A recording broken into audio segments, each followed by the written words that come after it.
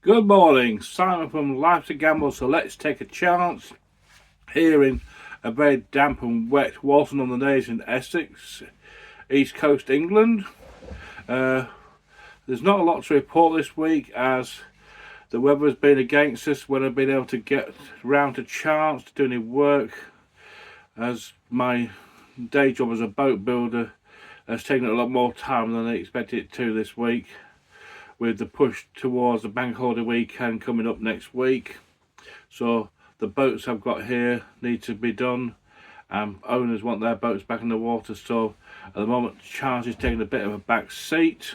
However, what I do need urgently is a polytunnel shed to go over Chance. If anybody's got a polytunnel shed that they want to move on, that's approximately 45 to 50 foot long, 20 foot wide and about 16 foot tall, I'm looking for one for Chance to put over for the foreseeable future, possibly in the region of 4 years. As long as I've got a good frame, we can sort out a new cover to go over it.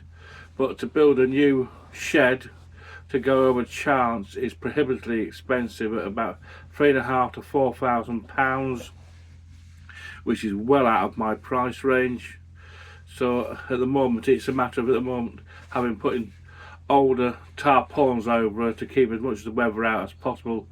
It's not a very good solution. It would be better if we could find ourselves a polytunnel workshop shed to go over Chance so that it can be worked on come rain, shine or whatever weather is thrown at us. But that's what we're looking for. If anybody out there can give contact with us through our media outlets, please do so. Also, I'm looking for some volunteers in the meantime to help on some of the major work on Chance, as I'm down to myself most of the time, and some of the major parts need more than one pair of hands.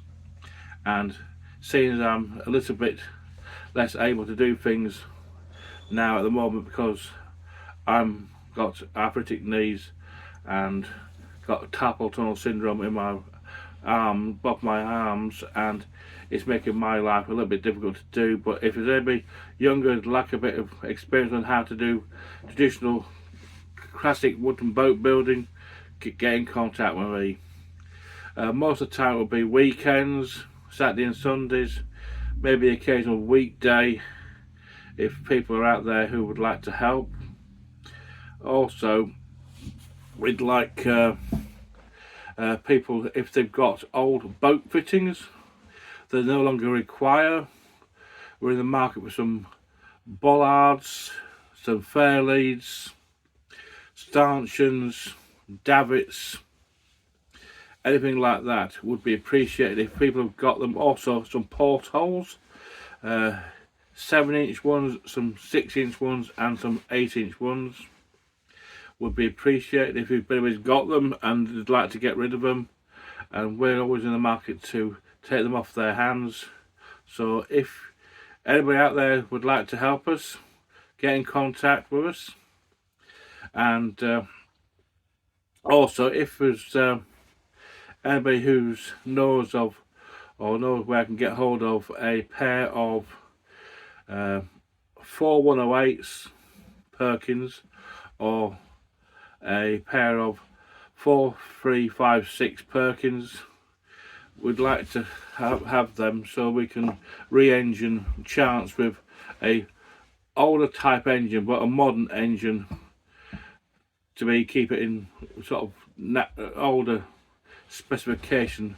We would have liked to have kept the original engines, but unfortunately getting those back to working order was going to be prohibitively expensive, and keeping them going afterwards would have been difficult, if not near impossible, as spare parts for those engines were no longer readily available, if at all, because I actually talked to Dorman Diesels, who originally built the engines, and they said, oh, we can source parts as back as far as 1960, but 1948, I don't think you can find any parts still available for those. And seeing as they produced 20 horsepower from a 3-litre engine, he said it would be better to get a pair of modern diesels, which would be more efficient and would have less weight in the boat.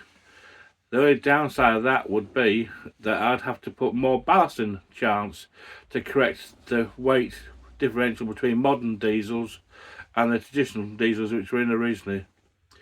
The original diesels were almost 1/3 tons combined weight, and that is a lot of ballast I've got to try and find to replace that. A modern diesel would be 1/3 of the weight of the original engines, so that is a tidy sum of extra ballast I have to find to put in chance. So also, if somebody's got any laying around, mast fittings, pair of tabernacles for the masts. Also, if people have got other general boat fittings they'd like to hand and pass on, I'm always in the market for them at a reasonable price. Any condition is acceptable as long as it can be remanufactured and restored back to working order. The one thing we are missing, which would be helpful, will be 2 sets of davits, which are primarily the ones which were originally designed for James Silver yachts, and they are standard to them and nobody else manufactured them. So if anybody out there knows where I can get hold of 2 pairs of davits for a James Silver motor yacht, please get in contact with me. In the meantime, if you liked and would like to subscribe to this video and any previous ones I've produced over the last 3 years, please do so. But in the meantime, please like and subscribe to this channel, and if you do like the content, become a Patreon for as little as £2 a month. So look forward to hearing from you and see you soon. Bye for now.